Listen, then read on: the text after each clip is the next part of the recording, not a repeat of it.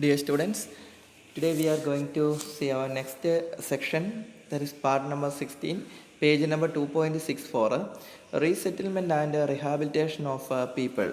അതായത് എന്തെങ്കിലും disaster management ഓരോ സംതിങ് കൺസ്ട്രക്ഷൻസ് അല്ലെങ്കിൽ ഗവൺമെൻറ് അറ്റാച്ച്മെൻറ്റ്സ് ഇങ്ങനെയുള്ള എന്തെങ്കിലും കോമൺ ഫാക്ടർ കൊണ്ട് ഒരു മനുഷ്യൻ അല്ലെങ്കിൽ ഒരു ഫാമിലി ഒരു കൂട്ടം ഫാമിലീസ് താമസിക്കുന്ന സ്ഥലത്ത് നിന്ന് അവർക്ക് മറ്റൊരു സ്ഥലത്തേക്ക് നിർബന്ധിതമായി മാറി താമസിക്കേണ്ട ഒരു അവസ്ഥ വരികയാണെങ്കിൽ അല്ലെങ്കിൽ അതിനു വേണ്ടി നിർബന്ധിക്കപ്പെടുകയാണെങ്കിൽ അതിനെയാണ് നമ്മൾ എന്തെന്ന് പറയുന്നത്, ഈ പറയുന്ന ഈ റീസെറ്റിൽമെൻറ്റ്, റിഹാബിലിറ്റേഷൻ തുടങ്ങിയ സംഭവങ്ങൾ അല്ല പുനരധിവാസം എന്നൊക്കെ പറയുന്ന ഒരു കാര്യം അതിൻ്റെ അകത്തു നിന്നാണ് വരുന്നത്. അപ്പോൾ നമുക്കത് എന്താണെന്ന് നോക്കാം. ജസ്റ്റ് അത് ഡെഫിനേഷൻ നോക്കാം.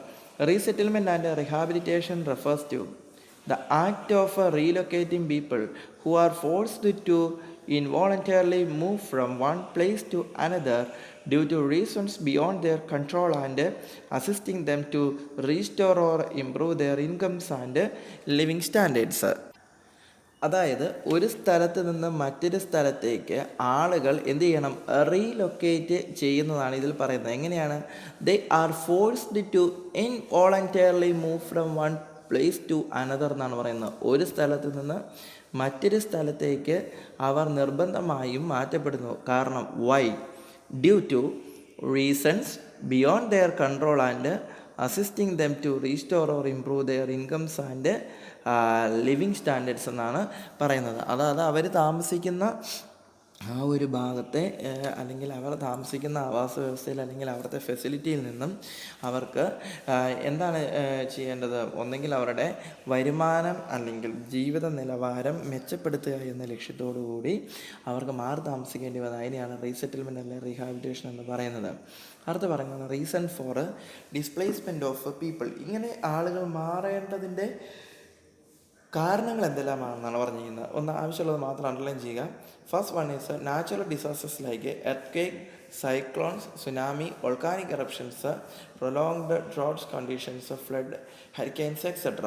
അതായത് ഭൂമികുലുക്കം, ഭൂകമ്പം, സുനാമി, ചുഴലിക്കാറ്റ്, പിന്നെയുള്ളതാണ് വോൾക്കാനിക് എറപ്ഷൻ. വോൾക്കാനിക് എറപ്ഷൻ എന്ന് പറയുന്നത് എന്താണ്? വോൾക്കാനോ അഗ്നിപർവ്വതം അല്ലേ? ഇങ്ങനെയുള്ള ഘടകങ്ങളൊക്കെ വന്നു കഴിഞ്ഞാൽ അതിൽ നിന്നാണ് വെള്ളപ്പൊക്കം പോലുള്ള കാര്യങ്ങൾ, കൊടുങ്കാറ്റുകൾ, ഇങ്ങനെയുള്ള പ്രയാസങ്ങളൊക്കെ വരുമ്പോഴത്തേനുമാണ് നമ്മൾ നിർബന്ധിതമായിട്ട് നമ്മൾ മാറി താമസിക്കേണ്ട അവസ്ഥ വരുന്നത്. രണ്ടാമത് പറയുന്നതാണ് man-made disasters like industrial accidents എന്ന് പറഞ്ഞാൽ ഭോപ്പാലിലെ ഗ്യാസ് ട്രാജഡിയൊക്കെ അല്ലേ, ഭോപ്പാൽ ഗ്യാസ് ദുരന്തം നമ്മൾ നേരത്തെ വായിച്ചിട്ടുള്ളതാണ്. പിന്നെ ന്യൂക്ലിയർ ആക്സിഡൻറ്റ്സ്, ഇങ്ങനെയുള്ള കാര്യങ്ങളൊക്കെ അതിൻ്റെ വരും. പിന്നെ ഓയിൽ സ്പിൽസ്, ഈ എണ്ണപ്പാടങ്ങൾ, എണ്ണക്കടയൊക്കെ തീയിടുന്നതും പിന്നെ അത് ലീക്കാവുന്ന കാര്യങ്ങൾ, ഇതൊക്കെ പ്രശ്നങ്ങളാണ്.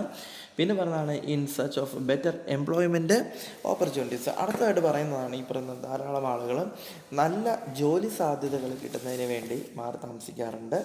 നെക്സ്റ്റ് പറയുന്നതാണ് ഡെവലപ്മെൻറ്റ് പ്രൊജക്ട്സിലേക്ക് construction of dam, irrigation canals, reservoirs etcetera. ഈ പറയുന്ന ഡാം, ഇറിഗേഷൻ കനാലുകൾ, റിസർവോയറുകൾ, അണക്കെട്ടുകൾ, ഇങ്ങനെയുള്ള ബണ്ടുകൾ, ഇതൊക്കെ ഉണ്ടാക്കുന്ന സമയത്ത് ആ ടൈമിൽ നമ്മൾ മാറി താമസിക്കേണ്ടി വരുന്നത്. പിന്നെയുള്ളത് ഇൻഫ്രാസ്ട്രക്ചറൽ പ്രോജക്ട്സിലേക്ക് flyovers, bridge, road etcetera.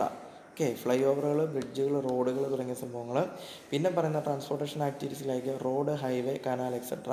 പിന്നെ ഉള്ളതാണ് എനർജി റിലേറ്റഡ് പ്രോജക്ട്സിലേക്ക് power plant, oil exploration, mining activity, പൈപ്പ് ലൈൻസിലേക്ക് HBJ പൈപ്പ് ലൈൻ എക്സെട്ര. നിങ്ങളത് പഠിക്കണം കേട്ടോ. കൃത്യമായിട്ട് നിങ്ങൾ ഇതിനകത്ത് എന്തൊക്കെയാണ് ഇതിൻ്റെ പ്രധാനപ്പെട്ട റീസൺസ് എന്നുള്ളത് ഒന്ന് പഠിച്ചു വെക്കുക. പിന്നെ ഉള്ളതാണ് അഗ്രികൾച്ചറൽ പ്രോജക്ട്സ്.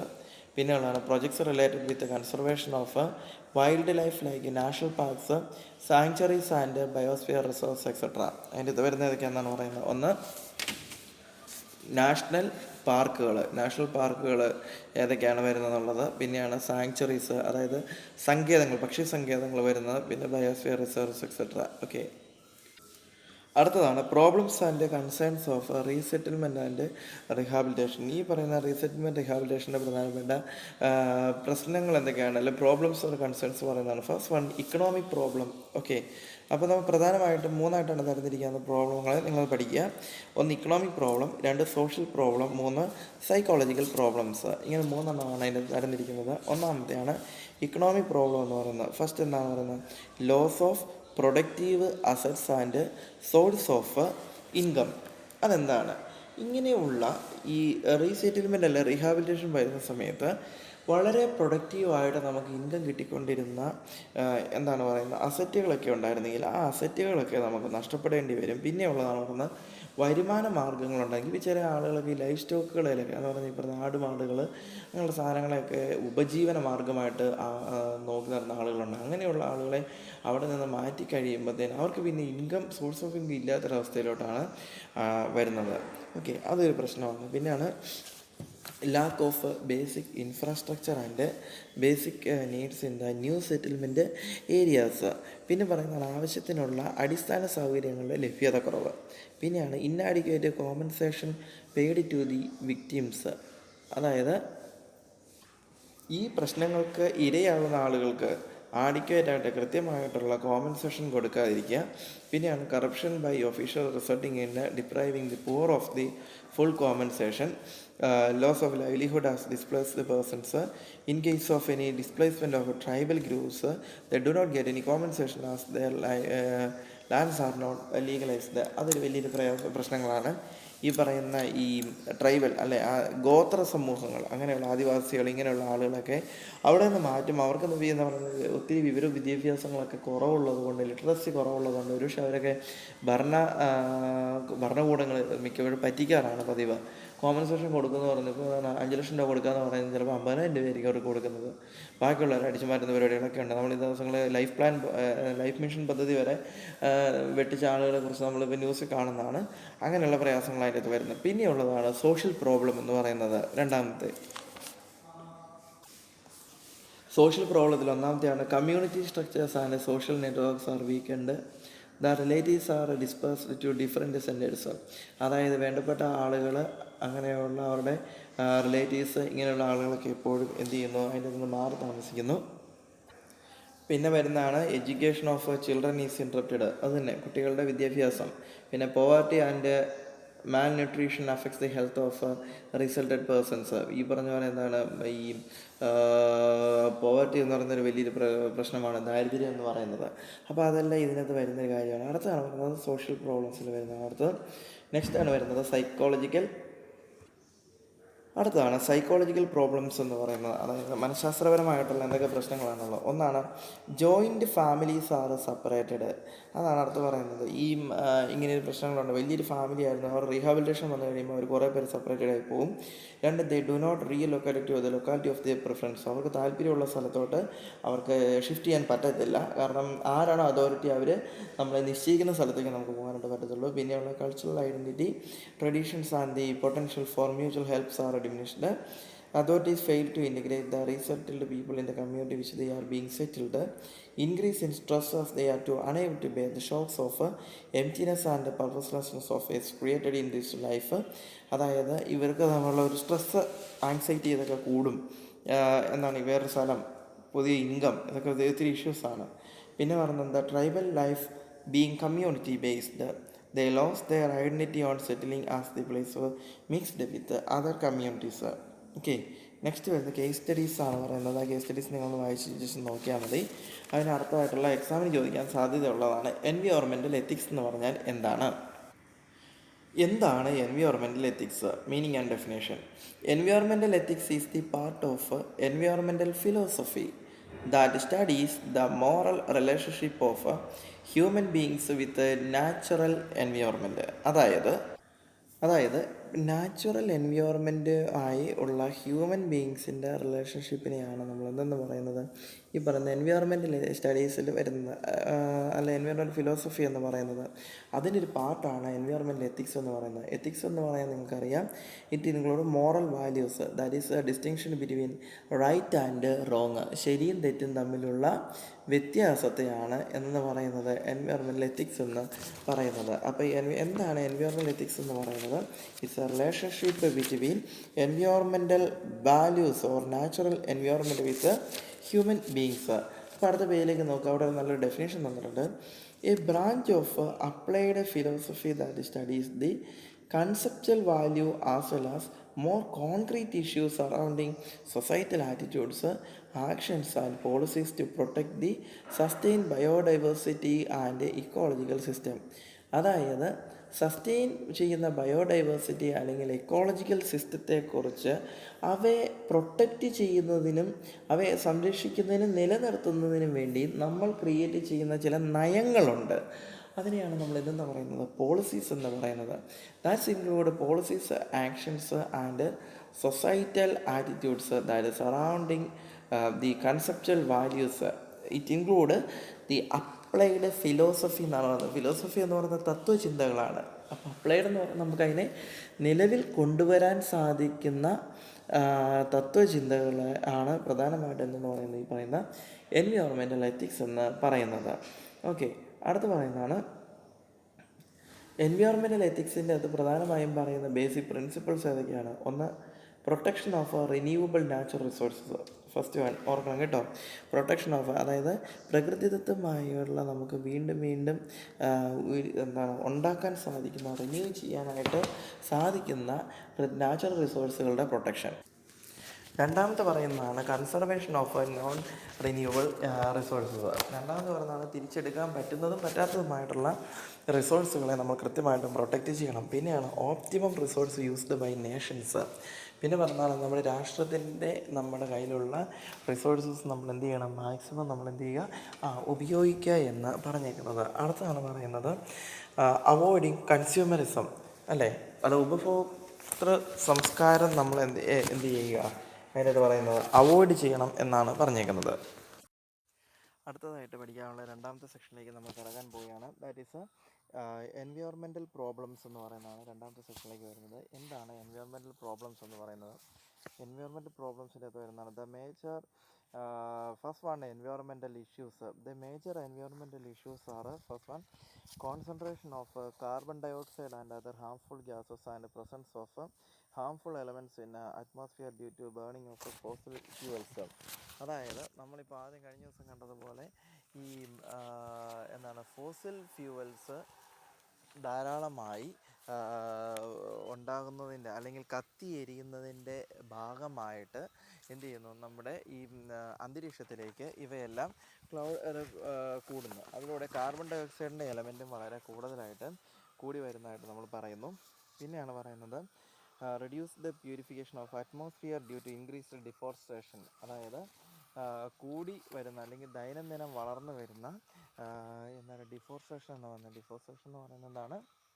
ഡിഫോറസ്റ്റേഷൻ എന്ന് പറഞ്ഞാൽ വനനശീകരണം, അല്ലേ? വനനശീകരണം ഓരോ ദിവസവും ദൈനംദിനമായി കുന്നുകൂടി വരുന്ന ദൈനംദിനമായിട്ട് വരുന്ന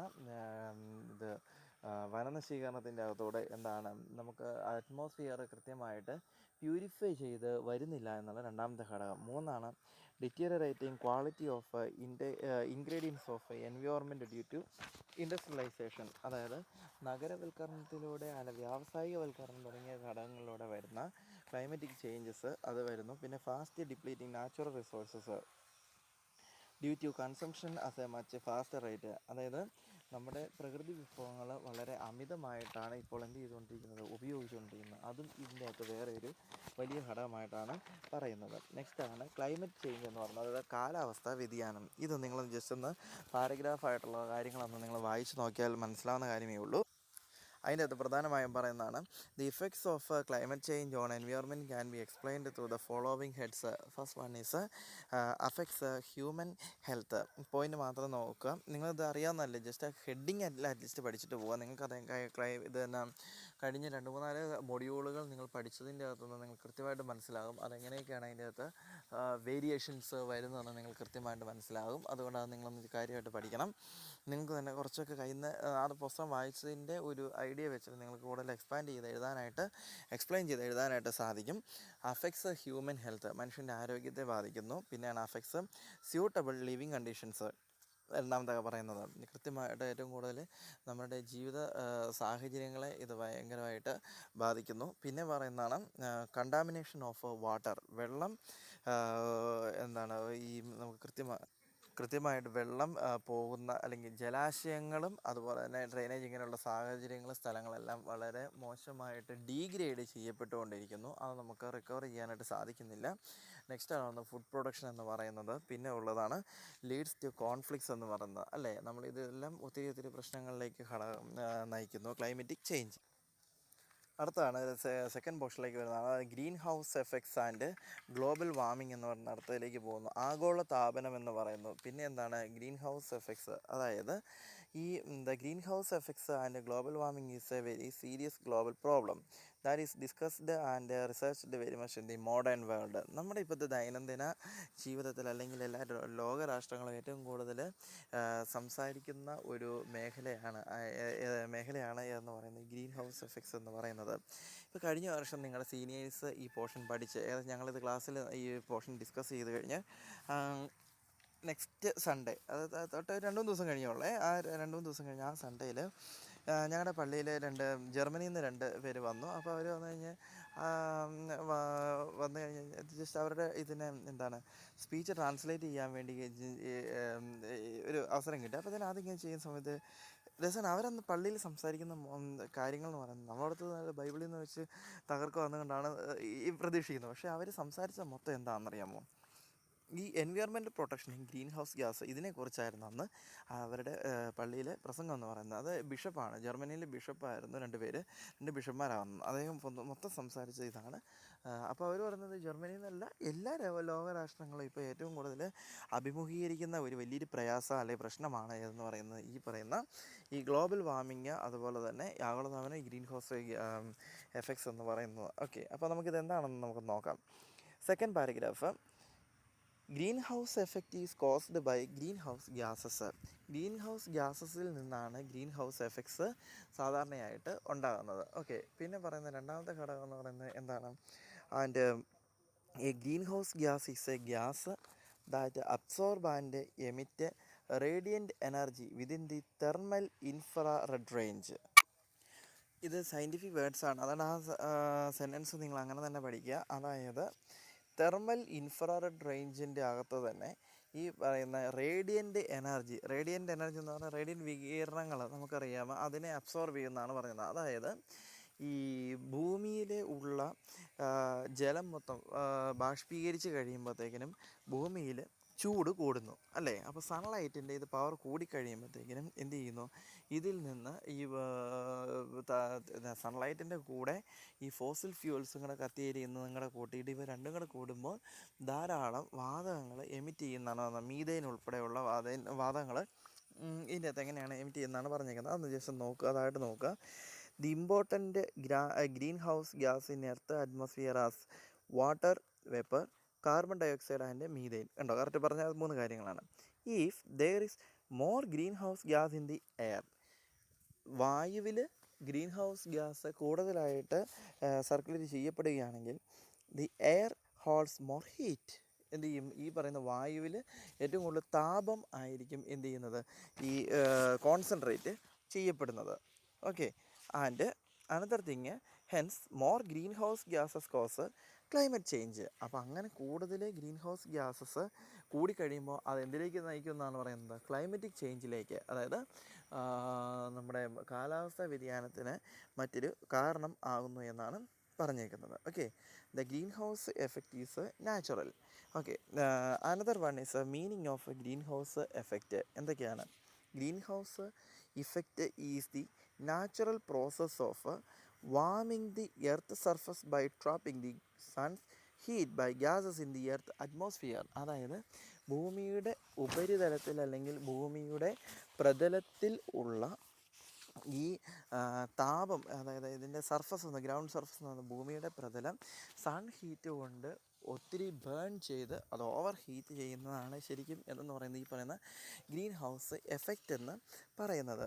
and another thing, human activities mainly the burning of fossil fuels and clearing of forest strengthen the greenhouse effect. The process make earth much warmer than it would be without an atmosphere. Okay, താഴെ പറയുന്നതാണ് പിന്നെ global warming എന്ന് പറയുന്നത് എന്താണ്, അഥവാ ആഗോള താപനം എന്ന് പറഞ്ഞാൽ എന്താണ് നോക്കാം. Global warming is the gradual increase in the overall temperature of the earth atmosphere.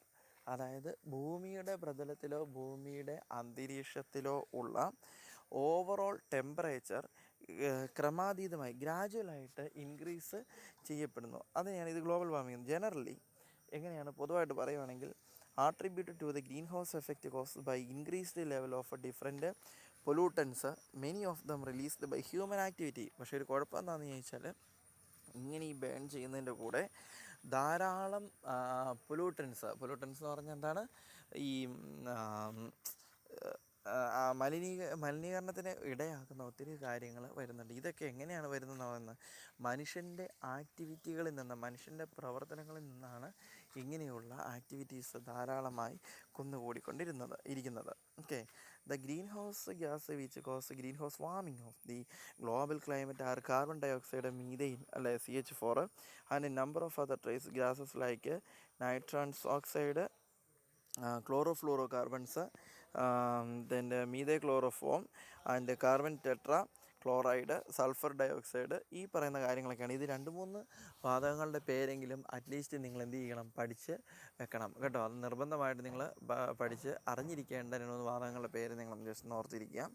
പിന്നെ വരുന്നത് thus global warming refers to the rise in global temperature mainly due to the increasing concentration of greenhouse gases in the atmosphere. അറ്റ്മോസ്ഫിയറിൽ green house gas കൂടുന്നതനുസരിച്ച് concentrate ചെയ്യുന്നത് കൊണ്ടാണ് പ്രധാനമായും global temperature എന്ത് ചെയ്യുന്നത്, കൂടുന്നതിന് ഇടയാകുന്നതെന്നാണ് പഠിക്കുന്നത്. അടുത്ത, what are the effects of global warming.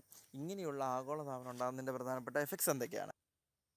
അപ്പോൾ ഇതിനകത്ത് പറഞ്ഞത് അടുത്തൊരു കാര്യം വന്നതാണ് എന്താ, excess of carbon dioxide will result in to respiratory disorders and suffocation. അത് പഠിക്കണം കേട്ടോ. അമിതമായിട്ട് ക്ലോട്ട് ചെയ്യുന്ന കാർബൺ ഡയോക്സൈഡ് എന്ന് പറയുന്നത് നമുക്ക് റെസ്പിറേറ്ററി ഡിസോർഡേഴ്സ്, ശ്വസനത്തിന് നമുക്ക് കൃത്യമായിട്ട്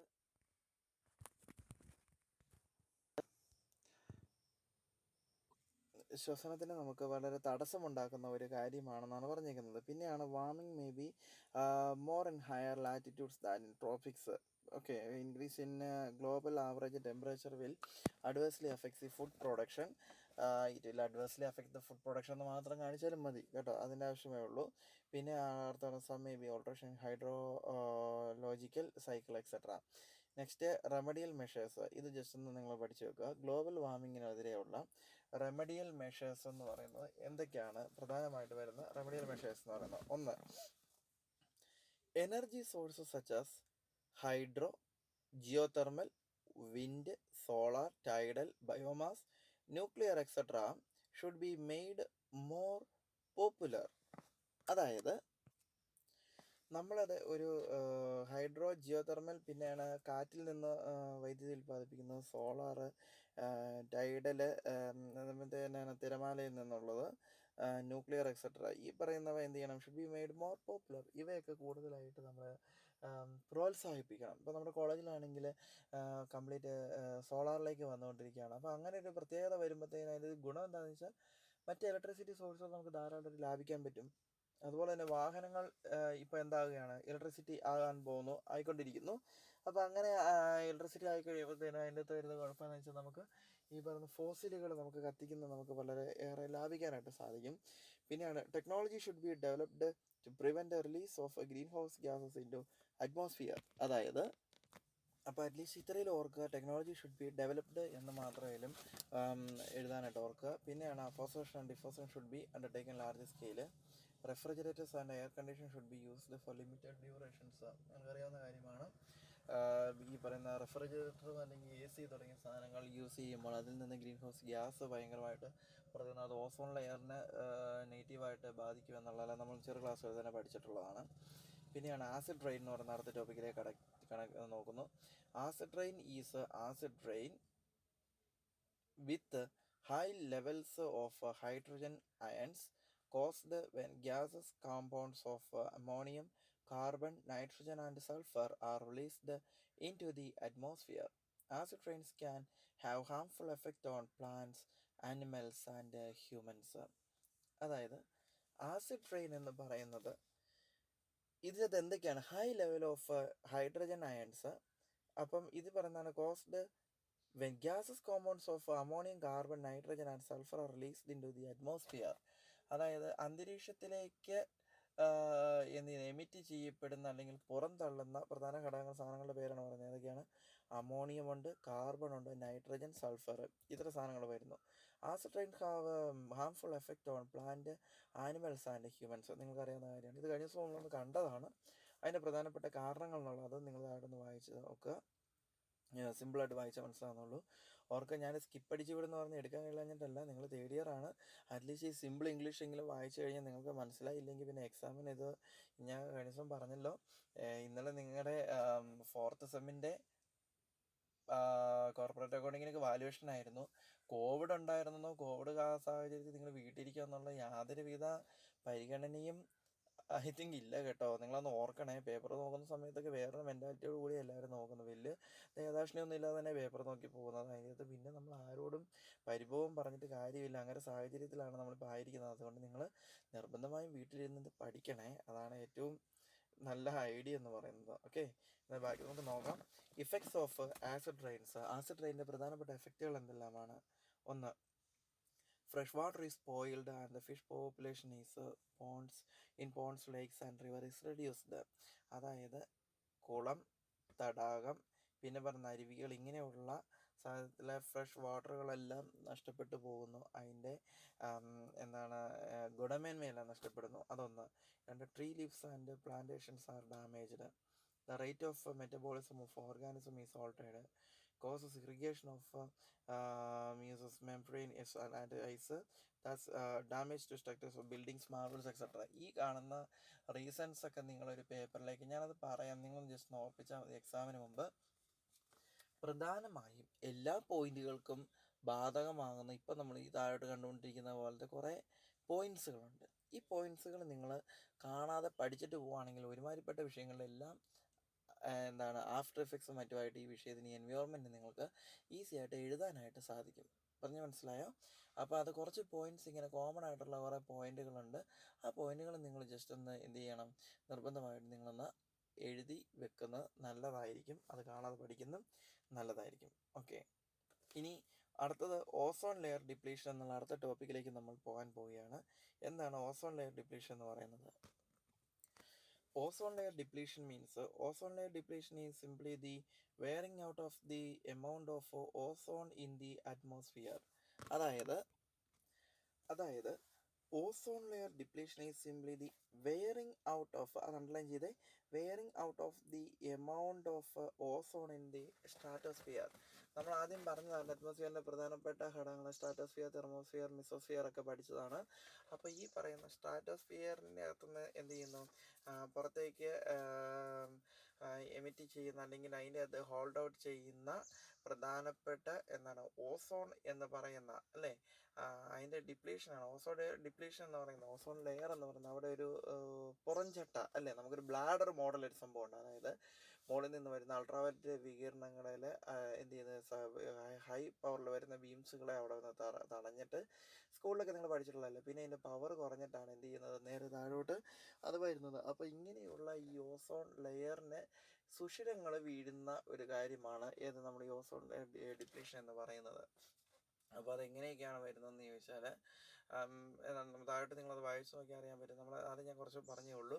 ഈ പറയുന്ന ഈ CFL, പിന്നെ ഏതാണ് നമ്മുടെ ഈ ചെതലുകൾ പോലും അതിൻ്റെ എന്തോ അത് ഒത്തിരി കോൺസെൻട്രേറ്റ് ചെയ്യുന്നു, ഇതിന് പ്രശ്നമാണെന്ന് പറഞ്ഞ് നേരത്തെ എവിടെ മാഗസിനിലെ ടെസ്റ്റുകൾ വായിച്ചിട്ടുണ്ട്. പിന്നെ ഇപ്പോൾ ഈ റെഫ്രിജറേറ്ററുകൾ, പിന്നെ AC നമ്മൾ ആവശ്യമില്ലാതെ AC ഭവനങ്ങളിലെ അല്ലെ വീടുകളുടെ സ്ഥലം കെട്ടിടങ്ങളൊന്നും യൂസ് ചെയ്യരുതെന്ന് പറയുന്നത് ഇതിൻ്റെ ഒരു കാരണമാണ്. അതിൽ നിന്ന് പുറപ്പെടുവിക്കുന്ന അല്ലെ എമിറ്റ് ചെയ്യുന്ന ഗ്യാസുകൾ എന്ത് ചെയ്യുന്നു, വെളിയിലേക്ക് ഈ പറയുന്നത് കോൺസെൻട്രേറ്റ് ചെയ്യുന്നുണ്ട്. ഇങ്ങനെയുള്ള ഓസോൺ ലെയർ ഡിപ്ലീഷൻ്റെ പ്രധാനപ്പെട്ട എഫക്റ്റുകളാണ് പറയുന്നത്. ഡാമേജസ് ദി പ്ലാന്റ്സ്, കാരണം മുകളിൽ നിന്ന് വരുന്ന ഈ വികീർണങ്ങൾ നേരിട്ട് ചെടികളിൽ വന്ന് തട്ടി അവ കരിഞ്ഞു പോകുന്നതിന് കാരണമാകും. പിന്നെ ക്രിയേറ്റ്സ് ബേണിംഗ് സെൻസേഷൻ അല്ലേ, ഈ സൂര്യതാപം എന്നൊക്കെ നമ്മൾ കേട്ടില്ലേ, അതിന് സൂര്യാഘാതം എന്ന് പറയുന്ന കാര്യം, അതൊക്കെ ഇതിനകത്ത് വരുന്ന ഘടകമാണ്. Causes destruction of life, swelling of skins, leukaemia, dizziness, DNA breakage, premature ageing of the skin, cause of skin cancer, non formation of stratosphere wind, sunburn അതാണ് സൂര്യാഘാതം, lung cancer, visual impairment, climatic changes. ഇത് നിങ്ങൾ കൃത്യമായിട്ട് കാണാതെ എഴുതിയിരുന്ന് പഠിക്കണം. അല്ലാതെ ozone layer വരുന്നു, എനിക്ക് അതുണ്ടാവും ഇതുണ്ടാവും എന്ന് ചുമ്മാ എഴുതി വെച്ച് കഴിഞ്ഞാൽ റാൻഡമായിട്ട് നിങ്ങൾ എഴുതി കഴിഞ്ഞാൽ you will not get a sufficient mark. So try to concentrate these point from A to N. നിങ്ങളത് കറക്റ്റായിട്ട് എഴുതി പഠിക്കുക. ഓക്കെ, ഇതിൻ്റെ റെമഡിയൽ മെഷേഴ്സ് എന്ന് പറയുന്നത് എന്താണ്? ഒന്ന് എന്താണ്, since the discharge of fumes and halons are mainly responsible for ozone layer depletion, they should be minimised and limiting ban may be imposed upon the use of refrigerated air conditions etc. AC ഇല്ലാതെ fridge ഇല്ലാതെ normally ഇപ്പം നമുക്ക് ജീവിക്കാൻ പറ്റില്ല എന്നുള്ള അവസ്ഥയിലോട്ടാണ് വന്നുകൊണ്ടിരിക്കുന്നത്. അങ്ങനെ വരുമ്പോൾ അത് അവോയ്ഡ് ചെയ്യാൻ പറ്റത്തില്ല. പിന്നെ എന്ത് ചെയ്യാൻ പറ്റും? അവയെ നമുക്ക് ലിമിറ്റ് ചെയ്യാനായിട്ട്, അതിൻ്റെ ഉപയോഗത്തെ നമുക്ക് ലിമിറ്റ് ചെയ്യാനായിട്ട് സാധിക്കും എന്നാണ് പറയുന്നത്. ഇനി അടുത്താണ് ന്യൂക്ലിയർ ആക്സിഡൻറ്റ്സ് എന്ന് പറഞ്ഞാൽ എന്താണ്? A nuclear accident is defined by the International Atomic Energy Agency, that is IAEA, as an event that has led to significant consequences to people, the environment or the facilities. Nuclear power പ്ലാന്റുകളിൽ നിന്ന് ചില സമയങ്ങളിൽ ഇങ്ങനെ ആണവോർജം അല്ലെങ്കിൽ ഇതിന് വികീർണങ്ങൾ പുറത്തേക്ക് വന്നിട്ട് അത് ഒത്തിരി ആളുകൾ സ്പോട്ടിൽ മരിക്കും. അപ്പം തന്നെ മരിക്കുന്ന ഒരു സാഹചര്യമാണ്. അത് ഈ ന്യൂക്ലിയർ പവർ പ്ലാന്റ്സിൽ നിന്നാണ് സാധാരണ ഇത് വരുന്നത്. 1986 ഏപ്രിൽ മാസം 26 ഈ കെർണോബിൾ ഡിസാസ്റ്റർ എന്ന് പറയുന്ന ഒരു സംഭവമാണ്. നിങ്ങൾ നെറ്റിൽ അടിച്ചു നോക്കാൻ അത് കാണാൻ പറ്റുന്ന വിവരങ്ങൾ. ഇതുപോലെ തന്നെയാണ് ഈ ന്യൂക്ലിയർ പവർ പ്ലാന്റ് ഉക്രൈൻ എന്ന് പറയുന്ന രാജ്യത്ത്, ആഫ്രിക്കൻ നേഷനായ ഉക്രൈനിലുള്ള ഒരു പവർ പ്ലാന്റിൽ നിന്ന് പുറത്തേക്ക് വന്നതാണ്. അതിനകത്ത് 4,000 civilians died on more than 2 lakhs cancer deaths ഒക്കെയാണ്. അതായത് 2 ലക്ഷം ആളുകൾക്ക് ക്യാൻസറും വന്നു, 4,000 സിവിലിയൻസ് സാധാരണ ജനങ്ങൾ മരിച്ചു. അതാണ് അതിൻ്റെ പറഞ്ഞത്. അപ്പോൾ ഇതിൻ്റെ കാരണങ്ങളെന്ന് പറയുന്നത്, ഒന്നാണ് natural disasters likes tsunami, earthquake etcetera cause nuclear accidents. ഇങ്ങനെയുള്ള ന്യൂക്ലിയർ ആക്സിഡൻറ്റ്സ് ഉണ്ടാകുന്നതിനുള്ള പ്രധാനമായിട്ടുള്ള ഘടകങ്ങളാണ് പറയുന്നത്. ഒന്ന് സുനാമി, പിന്നെ എർത്ത്ക്വേക്ക്, അതായത് എന്താണ് ഭൂമി കുലുക്കം അല്ലേ, അങ്ങനെയുള്ള കാര്യങ്ങളൊക്കെ അതിനകത്ത് വരുന്നത്. അത് വന്നു കഴിയുമ്പോൾ ഈ തെർമൽ ന്യൂക്ലിയർ പവർ സ്റ്റേഷനുകളിലെ മർദ്ദമൊക്കെ അതിനകത്ത് വേരിയേഷൻ വരും. അതാണ് ഈ സുനാമി എന്ന് പറയുന്ന സാധനം ഉണ്ടാകുന്നതിൻ്റെ കടലിലാണ് ഇതിൻ്റെ ആവിർഭാവം എങ്കിലും ഇവ വന്നു കഴിഞ്ഞാൽ അല്ലെങ്കിൽ ഉണ്ടായിക്കഴിഞ്ഞാലായിട്ടുള്ള പ്രധാന പ്രയാസം എന്ന് പറയുന്നത് അതിൽ നിന്ന് ഒത്തിരി ഫ്രണ്ടിലേക്ക് ഇവ എന്ത് ചെയ്യുന്നു, ഇതിൻ്റെ പ്രഷർ വലുതായിട്ട് എമിറ്റ് ചെയ്യുമെന്നാണ് പറഞ്ഞേക്കുന്നത്. പിന്നെയുള്ള അടുത്ത ഘടകം എന്ന് പറയുന്നതാണ് എന്താ, ഇംപ്രോപ്പർ പ്രൊസീജിയേഴ്സ്. അതായത് പിന്നെയാണ് improper procedures, that is following of improper procedures result in nuclear accidents. പിന്നെയാണ് ഫോൾട്ടി ഇൻഫ്രാസ്ട്രക്ചർ, അതായത് ഈ ഇതിനൊക്കെ ഒത്തിരി പ്രിക്കോഷൻസുകൾ ധാരാളമായി സ്വീകരിച്ചുകൊണ്ട് വേണം ഇങ്ങനെയുള്ള പവർ പ്ലാന്റുകളൊക്കെ ഫോം ചെയ്യേണ്ടത്. അപ്പോൾ അതും ഇതിനകത്ത് വരുന്ന അടുത്ത ഒരു പ്രശ്നമാണ് വരുന്നത്. പിന്നെയാണ് മാൽ ഫങ്ഷനിങ് ഓഫ് ദി സിസ്റ്റം, അതായത് ഈ കൂളൻ സിസ്റ്റം ഒന്നും കൃത്യമായിട്ടല്ല അതിനകത്ത് വർക്ക് ചെയ്യുന്നതെങ്കിൽ അതെന്തിലേക്ക് ഈ ന്യൂക്ലിയർ ആക്സിഡൻറ്റ് ഉണ്ടാകുകയും അതുപോലെ തന്നെ അത് ക്യാൻസർ ഉണ്ടാകുന്ന ആരോപിക്കുന്നതിന് വേണ്ടി വഴിവെക്കുകയും ചെയ്യുമെന്നാണ് പറഞ്ഞേക്കുന്നത്. പിന്നെയാണ് effects of nuclear accident. The biological effects of nuclear accidents ആണ് thyroid cancer, loss of white blood cell and platelets, leukaemia etcetera. Leukaemia എന്ന് പറയുന്നത് ബ്ലഡ് ക്യാൻസറാണ് ലുക്കീമിയ. അതിൻ്റെ പ്രിവെൻഷനൊക്കെ നിങ്ങൾ പറഞ്ഞിട്ടുണ്ടാകുന്ന വായിച്ചു നോക്കുക. അടുത്ത ന്യൂക്ലിയർ ഹോളോകോസ്റ്റ് എന്ന് പറയുന്ന അടുത്ത ഏറ്റവും വലിയ ഒരു കാര്യമാണ് പറയാൻ പോകുന്നത്. ഈ ന്യൂക്ലിയർ ഹോളോകോസ്റ്റ് എന്ന് പറഞ്ഞാൽ അതിൻ്റെ അർത്ഥം എന്താണെന്ന് ചോദിച്ചാൽ, ഈ ആണവായുധങ്ങൾ എന്ന് പറഞ്ഞാൽ നിങ്ങൾ നേരത്തെ കേട്ടുള്ളതല്ലേ, ആണവായുധങ്ങളുടെ ഉപയോഗമാണ് പറയുന്നത്. Holocaust refers to great destruction of life forms at the mass level causing destruction of a human civilisation. അതായത് മനുഷ്യൻ്റെ എന്താണ് മനുഷ്യവംശത്തെ തന്നെ എന്നേക്കുമായി ഭൂമിയിൽ നിന്ന് എടുത്ത് മാറ്റാനായിട്ടുള്ള കഴിവ് ഉള്ള ഒരു സംഭവമാണ് ഇത്, ഈ ന്യൂക്ലിയർ ഹോളോകോസ്റ്റ് എന്ന് പറയുന്നത്. ആണവായുധങ്ങൾ അതായത് നേരത്തെ അണുബോംബിട്ട കേസ് നിങ്ങളെ ഹിസ്റ്ററി അറിയാമല്ലോ, ചരിത്രം അറിയാം. അതുപോലെ അതിൽ പറഞ്ഞിരുന്നത് തന്നെ ആണവായുധങ്ങൾ നമ്മൾ ഉപയോഗിക്കുമ്പോൾ അതിൽ നിന്ന് complete destruction of human beings ആണ് ഇതിനകത്ത് നിന്ന് ഉണ്ടാകാനായിട്ട് പോകുന്നത്. Complete destruction of human beings എന്ന് പറഞ്ഞാൽ ഒരു മനുഷ്യനും ഒരു ജീവികളോ എന്താണ് സസ്യങ്ങൾ പോലും അതിൻ്റെ ഒന്നും ഉണ്ടാകത്തില്ല. അതുപോലെ കംപ്ലീറ്റ് ബേൺ ചെയ്ത് പോകുന്ന ഒരു സംഭവമാണ് ന്യൂക്ലിയർ ഹോളോകോസ്റ്റ് എന്ന് പറയുന്നത്. അത് ഭൂമിയുടെ മുകളിൽ അത് എല്ലാ രാഷ്ട്രങ്ങളുടെയും കയ്യിൽ അണവായുധങ്ങളുണ്ട്. പക്ഷെ അത് ഉപയോഗിക്കാൻ പാടില്ല, ഉപയോഗിക്കില്ല എന്നൊരു കരാറ് ഐക്യരാഷ്ട്ര സംഘടനയായിട്ട് എല്ലാ രാജ്യങ്ങളും വെച്ചിട്ടുണ്ട്. എന്നാലും പറയാൻ പറ്റത്തില്ല ഇവർ ഇത് എടുത്ത് എപ്പോഴാണ് ഉപയോഗിക്കുന്നതെന്ന് പറയാൻ പറ്റത്തില്ല. അപ്പം അതിന് പ്രധാനപ്പെട്ട രാജ്യങ്ങളെന്ന് പറഞ്ഞാൽ ഈ പറഞ്ഞ ജപ്പാന്, പിന്നെ ചൈന, ഇവർ ഇത് എന്താണ് ഈ ടെക്നിക്കലി ഭയങ്കര ഒത്തിരി ഫ്രണ്ടിലാണ് അല്ലേ. നമുക്കറിയാവുന്നതാണ് അമേരിക്ക, റഷ്യയൊക്കെ എന്ന് പറഞ്ഞാൽ ഏറ്റവും കൂടുതൽ വെപ്പൺസിൻ്റെ കാര്യങ്ങളിൽ ഏറ്റവും ഫ്രണ്ടിൽ നിൽക്കുന്ന ടീമുകളാണ് ഈ റഷ്യ എന്ന് പറഞ്ഞത്. അപ്പോൾ ഇവരുടെ കയ്യിലൊക്കെ ഈ സാധനങ്ങൾ ഉണ്ട്. അത് വളരെ എഫക്റ്റീവായിട്ട് എന്ത് ചെയ്യുന്നു, അവർ എപ്പോഴേലും ഉപയോഗിച്ചാൽ തീർന്നു. അതാണ് പ്രയാസം. പിന്നെയുള്ള കേസ് സ്റ്റഡികളാണ്. കേസ് സ്റ്റഡികൾ നിങ്ങൾ വായിച്ച് നോക്കുക, അതിനകത്ത് എന്തൊക്കെയാണ് പറഞ്ഞിരിക്കുന്നത്, ഏതൊക്കെ വർഷങ്ങളാണ് നമ്മൾ ജസ്റ്റ് ഒന്ന് നോട്ട് ചെയ്താൽ മാത്രം മതി.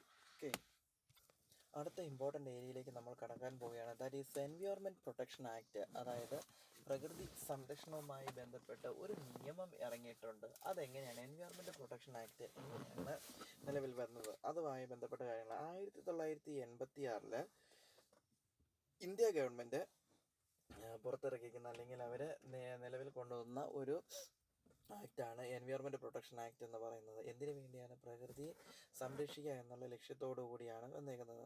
അതായത് that means in response to the United Nations Conference on the Human Environment at Stockholm in 1972. ഓർക്കണം കേട്ടോ, വർഷം ഓർത്തോളണം. 1972 എന്താണ് യുണൈറ്റഡ് നേഷൻ കോൺഫറൻസ് നടന്നിട്ടുണ്ട്. ഇതിനെക്കുറിച്ചാണ് ഹ്യൂമൻ എൻവയോൺമെൻറ്റ് എന്ന് പറയുന്നത്. സ്റ്റോക്ക്ഹോം എന്ന സ്ഥലത്ത് വെച്ചാണ് നടന്നേക്കുന്നത്. അപ്പോൾ അന്ന് ഇവർ എന്താണ് ഫോം ചെയ്തേക്കുന്നത്, അല്ലെങ്കിൽ അന്ന് അതിനോട് പിൻപറ്റിയ അല്ലെ അതിനോട് സംയോജിപ്പിച്ച് നടത്തിയേക്കുന്ന ഒരു സംഭവമാണ് ഈ പറഞ്ഞ എൻവയോൺമെൻറ്റ് പ്രൊട്ടക്ഷൻ ആക്ട് എന്ന് പറയുന്നത്. The act empowers the central government to prevent, control and abate environmental pollutions. Okay, objectives of the act. ഈ ആക്ടിൻ്റെ പ്രധാനപ്പെട്ട ലക്ഷ്യങ്ങൾ എന്ന് പറയുന്നത് ഒന്ന്, protection and improvement of environment, പിന്നെ prevention of hazards to all living creatures, maintenance of harmonious relation between human beings and their environment. Okay, പിന്നെ ഉള്ളത് അതിൻ്റെ അകത്തുള്ള ആക്ടുകളുള്ള പ്രധാനപ്പെട്ട ടേംസ് ഒക്കെ ഉണ്ട്. അത് നിങ്ങൾ ജസ്റ്റ് ഒന്ന് പഠിച്ചാൽ മതി. പിന്നെ ഉള്ളത് കഴിഞ്ഞ ദിവസം നമ്മൾ എയർ പൊല്യൂഷൻ, വാട്ടർ പൊല്യൂഷൻ തുടങ്ങിയവ കണ്ടതാണ്. അതുകൊണ്ട് ഇനി നമുക്ക് നേരെ അടുത്തതായിട്ട് പോകുന്നതെന്ന് പറയുന്നത് air page number 2.78 the air act. പിന്നെ ഉള്ളതിൻ്റെ വാട്ടർ ഉണ്ട്. ഇത് അടുത്ത ദിവസം നിങ്ങൾക്ക് അസൈൻമെൻ്റ് ആയിട്ട് ഞാൻ തരാൻ പോകുന്ന പോർഷനാണ് കേട്ടോ. വൈൽഡ് ലൈഫ് പ്രൊട്ടക്ഷനും ഇങ്ങനെ ഓൾറെഡി കണ്ടതല്ലേ, അതുകൊണ്ട് എക്സ്പ്ലെയിൻ ചെയ്യേണ്ട ആവശ്യമില്ലല്ലോ. പിന്നെ ഉള്ളത് ഫോറസ്റ്റ് കൺസർവേഷൻ ഉണ്ട്. ഓക്കെ, അത്ര പബ്ലിക് അവയർനെസ്, ഇതെല്ലാം അസൈൻമെൻ്റ് ആയിട്ടായിരിക്കും അടുത്ത ദിവസം തരുന്നത്. അപ്പോൾ ഇത്രയും കാര്യങ്ങൾ നിങ്ങൾ വളരെ വിശദമായി പഠിക്കുക. Okay, thank you.